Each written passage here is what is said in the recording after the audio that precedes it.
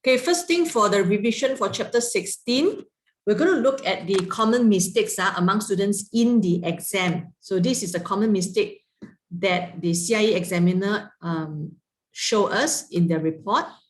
First is confusing between chromatids, chromosomes, and homologous pairs. So you need to know what are the differences between these three, okay? Lacking precision when describing crossing over. That means when you describe crossover, then you need to say that it is the non-sister chromatids of homologous chromosomes that will cross over during the prophase 1 of meiosis 1, okay? Using the term center of the cell and ends for equator and poles. So equator, you have to use the word equator because in biology, we have got certain name for certain position or location. So you must use those names, right? So like equator as well as poles. Incorrect stating that meiosis 2 is just a repeat of meiosis 1. So meiosis 2 is very different from meiosis 1, right? Because meiosis 2 is more similar to mitosis because it is the sister chromatids that separate, okay? Whereas meiosis 1 is the homologous chromosomes that separate. So confusing a gene with an allele, right? So a gene and allele is different thing. Allele is an alternative form of a gene, right? In genetic crosses, not linking offspring genotypes with the correct phenotype. So when you do genetic crosses, remember you have to link whatever phenotype they've written to the genotype. So we know that you know which genotypes or which phenotype, okay, using the line or using bracket to link, okay, using bracket means like this, okay, for this genotype, right, for this genotype, this is the phenotype, okay. Lacking precision when describing mutations.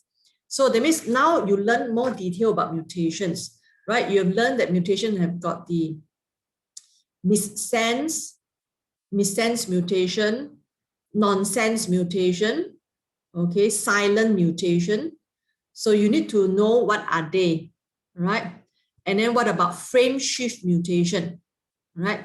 Base substitution, base deletion, insertion. So all these details you need to use for different kind of mutations, okay?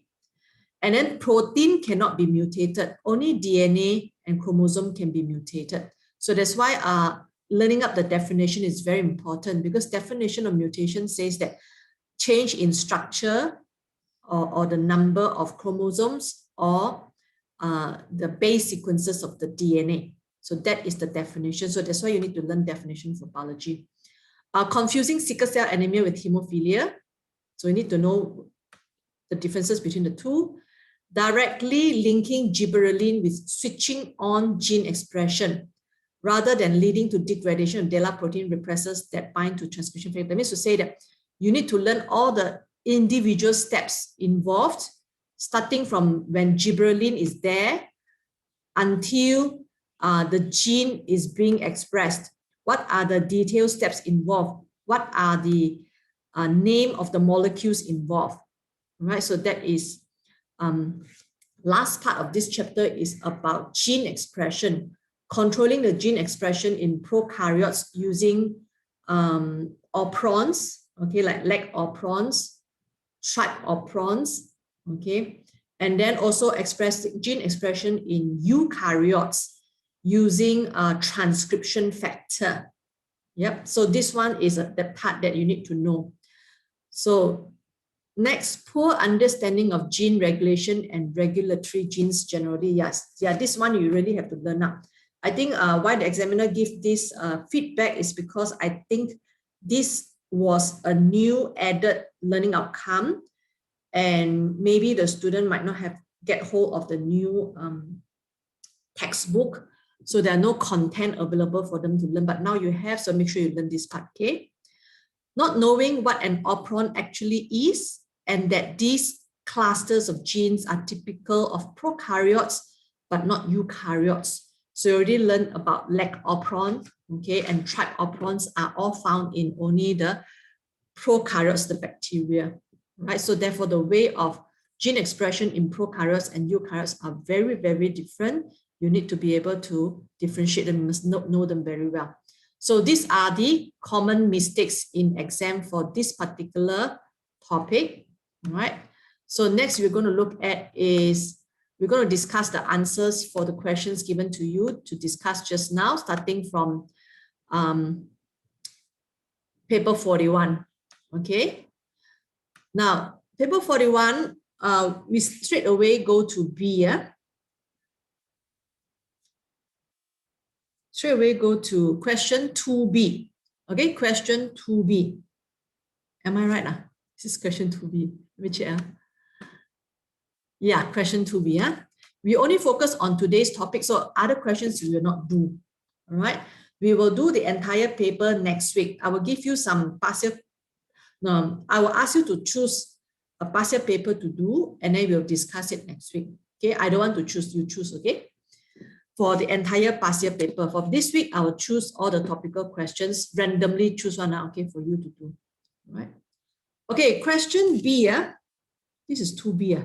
Okay. 2B. All right. So individuals with IPD of 70 mm. Now, IPD is actually this one here. Now, IPD is what? Interpupillary distance. That means the distance between the two pupils of the eyes of the person is IPD, okay? So individuals with IPD of 70 mm or more have a mutation. That means when the IPD is too broad, that means there's a mutation in a gene called PAX3 gene. So this PAX3 gene code for what? PAX3 protein. So when there's a mutation, there's less of this protein being made.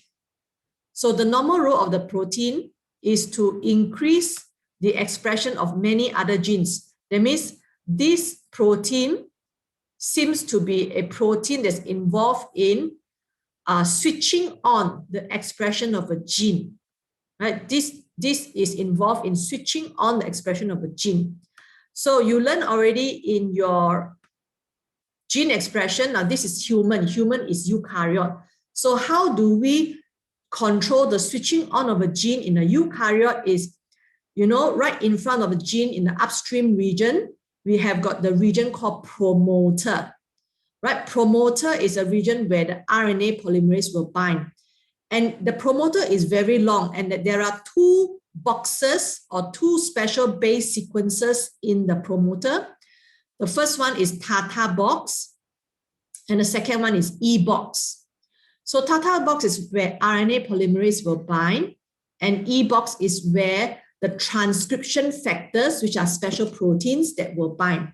So based on the theory that you've learned, then you'll know that this PX3 protein is actually a type of transcription factor, because this is the only protein that can regulate the switching on of the gene, right? So how does it do that? Based on the theory is transcription factor will bind to the E box, which is also called the enhancer.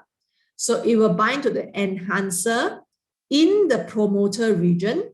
So once it binds, its function is to help the RNA polymerase to recognize the Tata box and to bind to the Tata box of the promoter. So that is the function of this transcription factor. So once you've got this information, you will be able to answer this question already. All right. So let's look at the question now. So the expression of the gene is involved in embryonic development. So this gene expression is being controlled during embryonic development. These genes affect a range of phenotypic features such as facial structure, hearing, and eye color, because it actually regulates expression of many other genes, right? Many other genes. So what are the genes? The genes for this structure here. Okay, the question asks you, state the term that is used to describe a gene that controls the expression of other genes. So the term here is regulatory gene. So they ask you for the name of the gene, not the name of the protein. So this is called the regulatory gene. Okay, regulatory gene. Remember, regulatory gene will code for the synthesis of a protein that regulates gene expression. So regulatory gene is present both in prokaryotes and eukaryotes. prokaryotes also have their own regulatory gene. Okay, where are the prokaryotes here? Let's see. So since it's a revision, so I will take the time for you to do your revision. Right, can you see here, this is lactopron is in prokaryotes. There is a regulatory gene here as well. Can you see or not? Okay, so prokaryote got regulatory gene that code for repressor protein. Repressor protein. Eukaryote will have got a regulatory gene that code for the transcription factors. Okay, code for transcription factors. Okay, where are we? So back to the question, right? Okay, suggest how the PAX3 protein controls the expression of other genes. So this one is, they ask you, so how does it control the expression of genes? So you have to say that it will bind to where first, right? Oh, sorry, this is a gene, right? Suggest how the protein, so now you talk about the protein already. So, so the regulatory gene codes for the transcription factor. Okay, so this is from the theory, right? So therefore, this PAX3 protein is a transcription factor, right? So this is PAX3 protein is a transcription factor. Now, these two are marked as the same marking point. Okay, that means you know that the regulatory gene code for transcription factor or this product that it code for PAX3 is a transcription factor. Right? So what does it do? So the PAX3 protein binds, so binds to where? Binds to the DNA. Now, if you do not know which part, at least you can tell me it binds to the DNA, you can actually get 1 mark. But if you can tell me it binds to the enhancer or it binds to the promoter at least, you will also get 1 mark. So this is a separate mark. So it binds to the enhancer of the promoter is 1 mark. Okay. And then what does it do? It helps the RNA polymerase to bind, to identify and bind to the promoter, or actually the Tata box. There's no mark given for Tata box because Tata box is more advanced, okay? But I've given you because this is exactly where it binds. So for your case, you write promoter can already. So they also didn't give mark for the E box. The enhancer is actually the E box because E box is a more advanced level. Okay. Okay, so can you see that it's actually very easy as long as your theory, you learn them well, you know them very well. The question is actually very easy. Okay. So let's try the next question I've given to you, which is paper 42, question 2C part 2 is also a similar question. Right, so let's go to paper 42. This is the one, okay? Question 2C part 2. Explain how gene expression is controlled in eukaryotes such as fish. Can you see that this question is the same as the previous, similar as previous question? So the mark scheme will also be similar. All right, so this is question 2C part 2. 2C part 2.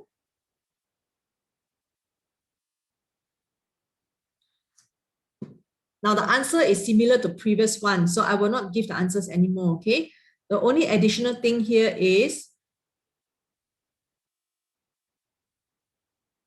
after the RNA polymerase bind, what happens? You say that, okay, it will initiate transcription. So initiate transcription or mRNA will be synthesized. It is 1 mark. Okay, this additional mark. So there are additional 2 points here, apart from the 2 that the rest have given to you earlier on in the previous question. So the additional point here, because this is how many mark question? This is actually 4 marks. So you need to write more detail. So after the RNA polymerase bind, what do you mean by gene expression? So RNA will be synthesized or transcription initiated or transcription initiated, okay? So they say controlling gene expression. So you want to give one more point is you say, what do you mean by controlling gene expression? So that genes are expressed in correct cell, in correct time, in correct order.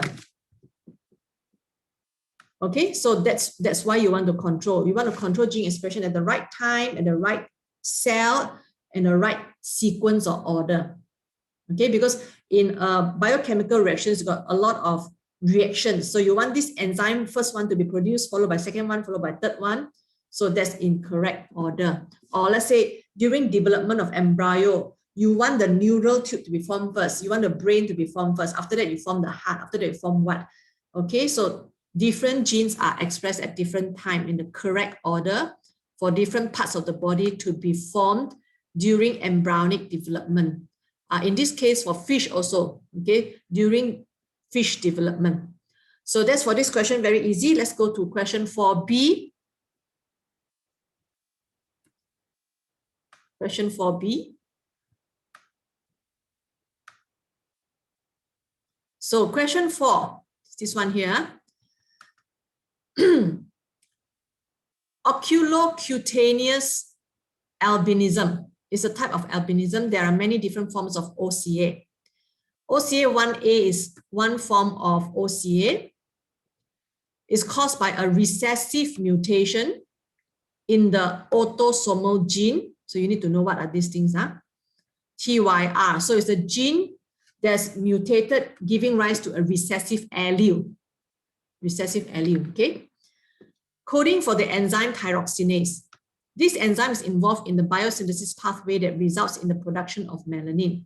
So that means this enzyme is part of a pathway, is one of the enzyme in a series of reaction. Remember, pathway is a series of reaction. So thyroxinase is one of the enzyme in a series of reaction in this pathway in order to produce melanin, which is a pigment responsible for color of the hair, the skin, and eyes. So a person with OCA1A has white hair, pale skin, pink eye color. So this question asks you to, what did I ask you to do? Draw a genetic diagram, right? Now this is not a question for discussion. So draw means you just draw lah. And make sure you use the correct symbols. Here, even the symbols are given to you. So just do the question and then draw your genetic diagram. So I'm not going to discuss this because you have discussed a lot of genetic diagrams earlier on in your homework. I want to discuss other type of questions. So this one, all right? 4B and 4C will be our focus today. So figure 4.1 shows the biosynthetic pathway involving thyroxinase. So this is the pathway with a series of reactions and the enzymes involved. There are a number of different mutations of TYR gene that can result in the absence of melanin, causing OCA1A. That means many different type of mutations possible on the same gene that causes melanin not to be produced. Okay, so they actually list out what are the mutation. Can you see that? Missense mutation and nonsense mutation, as well as insertion mutation, right? You have learned all this already, right? Okay. So the missense mutation involves base substitution. This is common. Nonsense is also a base substitution, which is less common, and then insertion. Right, so do you remember what's missense, nonsense, and insertion and base substitution or not? Okay. Missense means it's a mistake. It means a wrong base is added. That's why you see base substitution, right? You change the base, you change one base. So it's called missense, means a mistake, right? So when you change the base, you will change the amino acid coded by the triplet codon of the base. Okay. So let's say you got TA TAC. Yeah? So you change the A, so you substitute A with T. Then, of course, this TTC will be coding a different amino acid compared to TAC. Okay, so there's a result of that, missense. Nonsense means a mutation leading to no, doesn't make sense, is it will not code for amino acid, so it doesn't make sense. That means from a original base, three bases, it becomes a stop codon.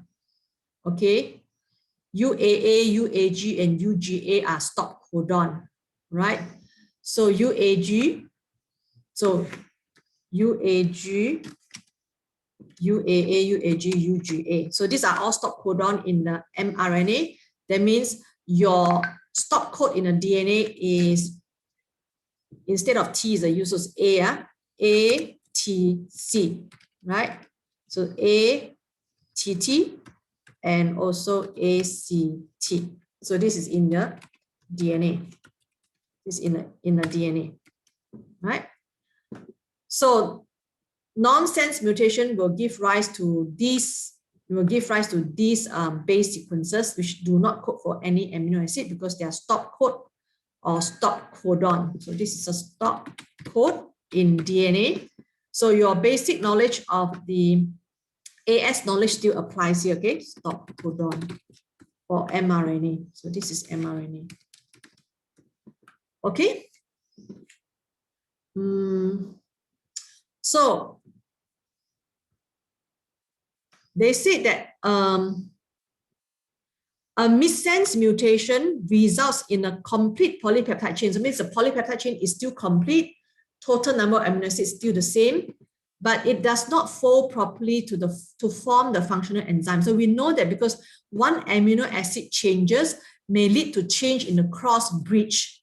Okay, the cross bridge, it could be change in disulfide bridges, broken down, or ionic bonds broken down, or hydrophobic interactions cannot form, hydrogen bonds cannot form. So therefore, the protein will have got a different tertiary structure.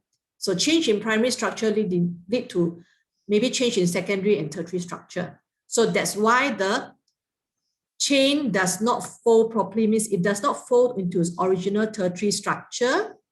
So it cannot form the functional protein because the three-dimensional shape has changed. Okay, so these are all the basic theory. Nonsense mutation results in shortened polypeptide. Yes, suddenly a stop codon appear right in the middle somewhere. So therefore, your polypeptide chain becomes shorter. So question asks you to explain why a missense mutation results in a different product from a nonsense mutation. Okay. First, you need to check how many marks they have given to you, so you know roughly what you need to answer.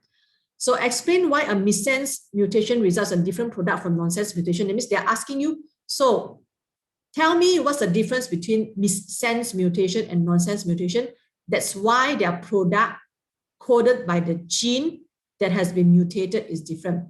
So basically, the question asks you what is missense mutation and what is nonsense mutation. So you have to understand the question before you answer one, okay? So this is the 2 marks, okay? So that means 1 mark for missense and 1 mark for nonsense mutation, okay? So let me check. And okay, so for missense,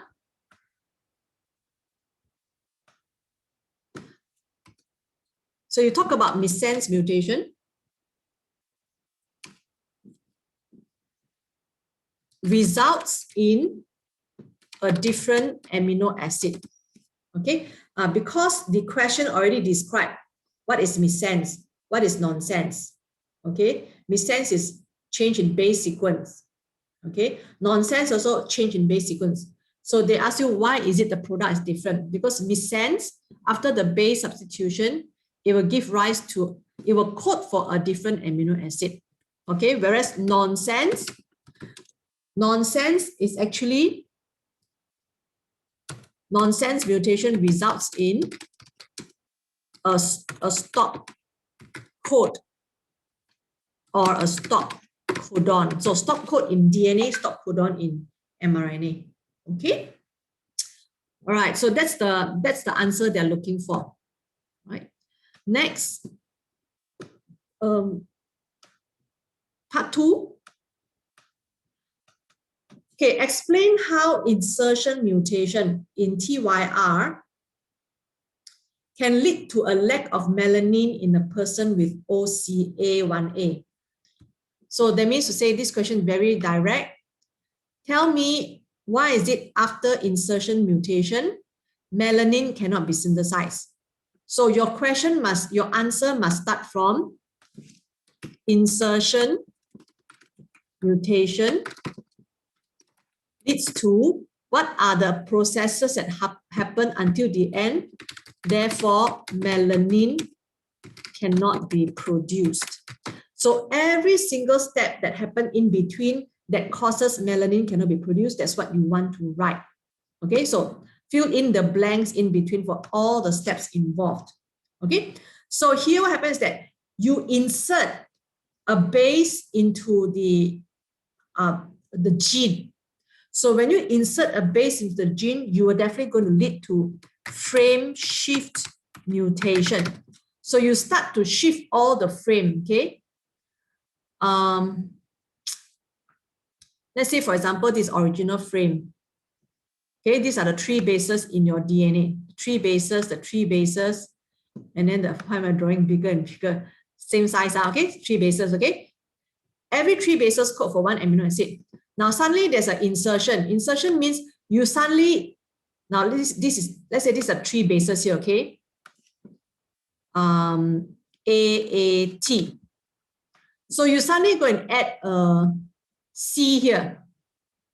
Suddenly there's an insertion here, all right? So we insert, got C on here. A and T, G and C has got, okay, there's a C, okay?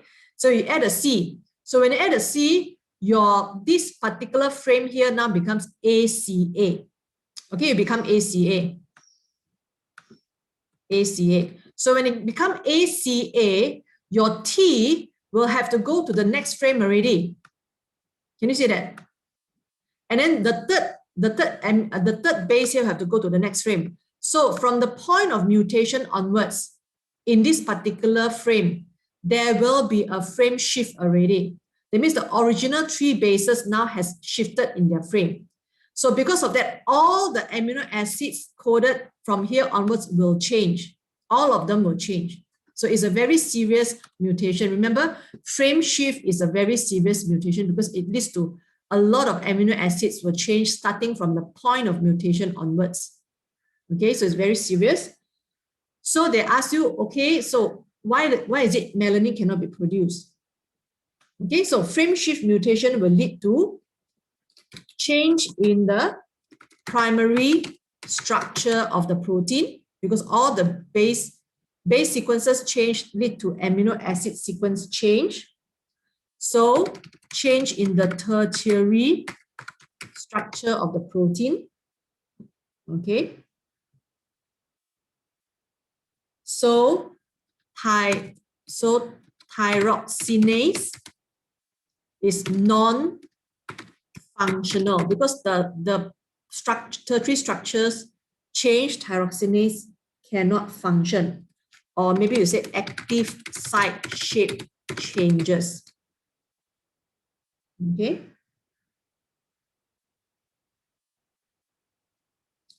So you want to say why melanin cannot be produced. So you have to look at to tell the full story, you have to go back to the reaction. So can you see this reaction here? So your thyroxinase cannot be produced, right? So thyroxine cannot be converted to DOPA.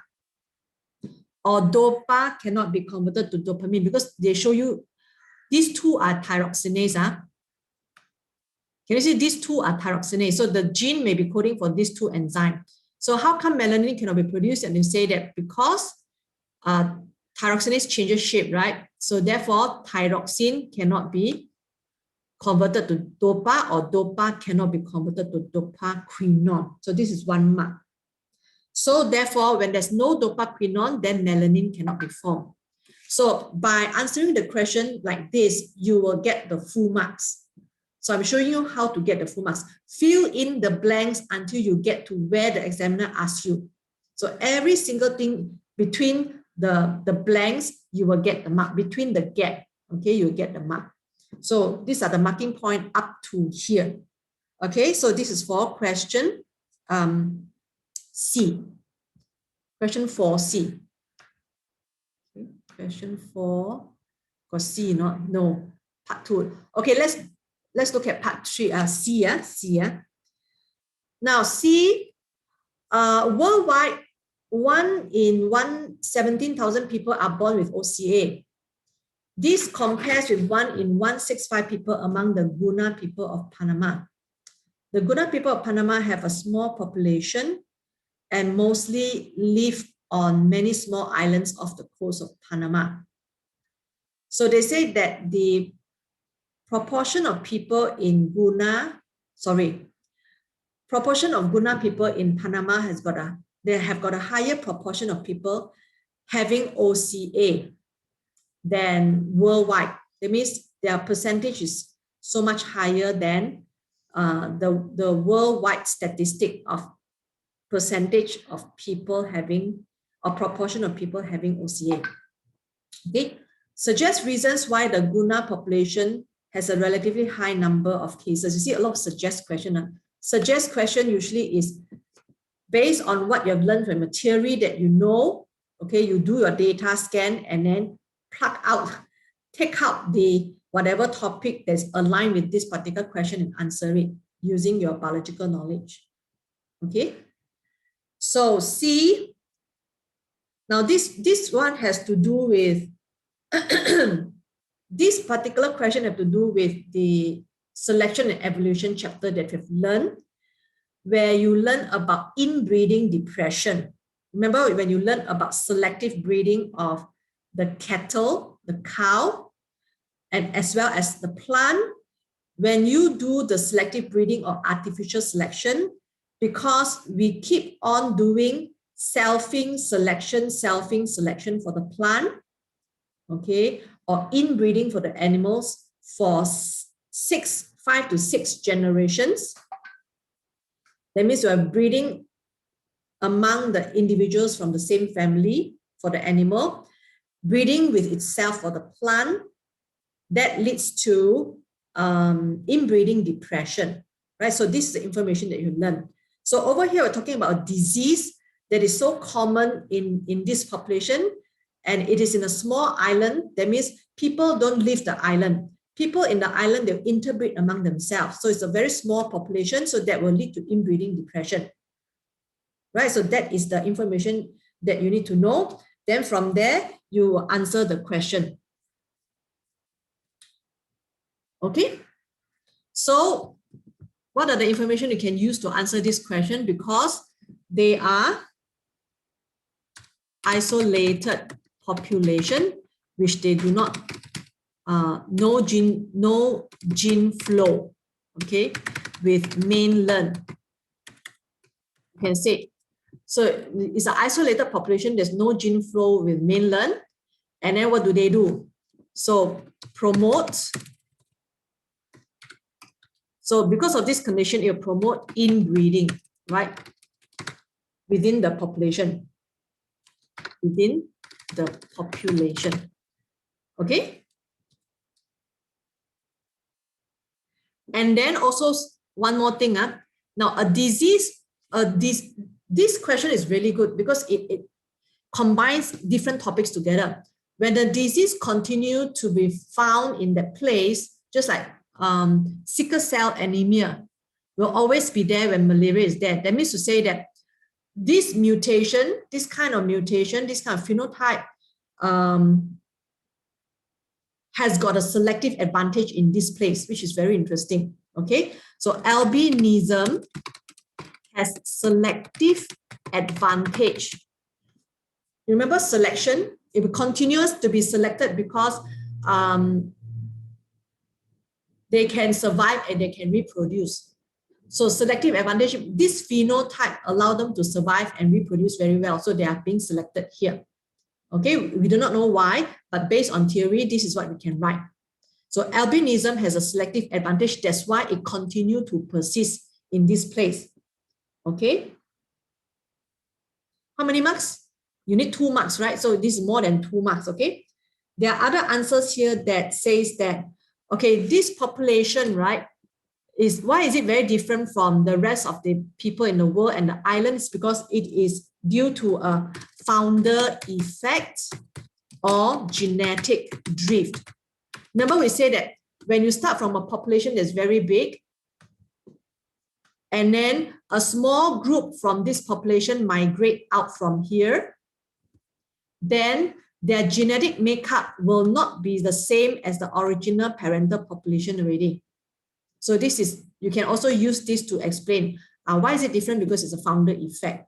It's a genetic drift. So that's also got marked there. Okay. And then, of course, high in homozygosity. Due to the inbreeding, there could be high in homozygosity. That's why high number of OCA. Okay, high in homozygosity. After inbreeding. So all these are the marking points for this question here. Okay. Now today I'll stop here. I am not rushing to answer the question, but I'm more focusing on you can understand the question and use the question to help you to revise the topic you have learned. I think that is a better achievement than to quickly rush and cover as many questions as possible. All right, so what I'll do is that I will also do a recording for the question for paper 43, question 2 in the next class, and I combine together so you can actually play the video and watch the discussion for paper 43, okay? All right. So that's all for my recording.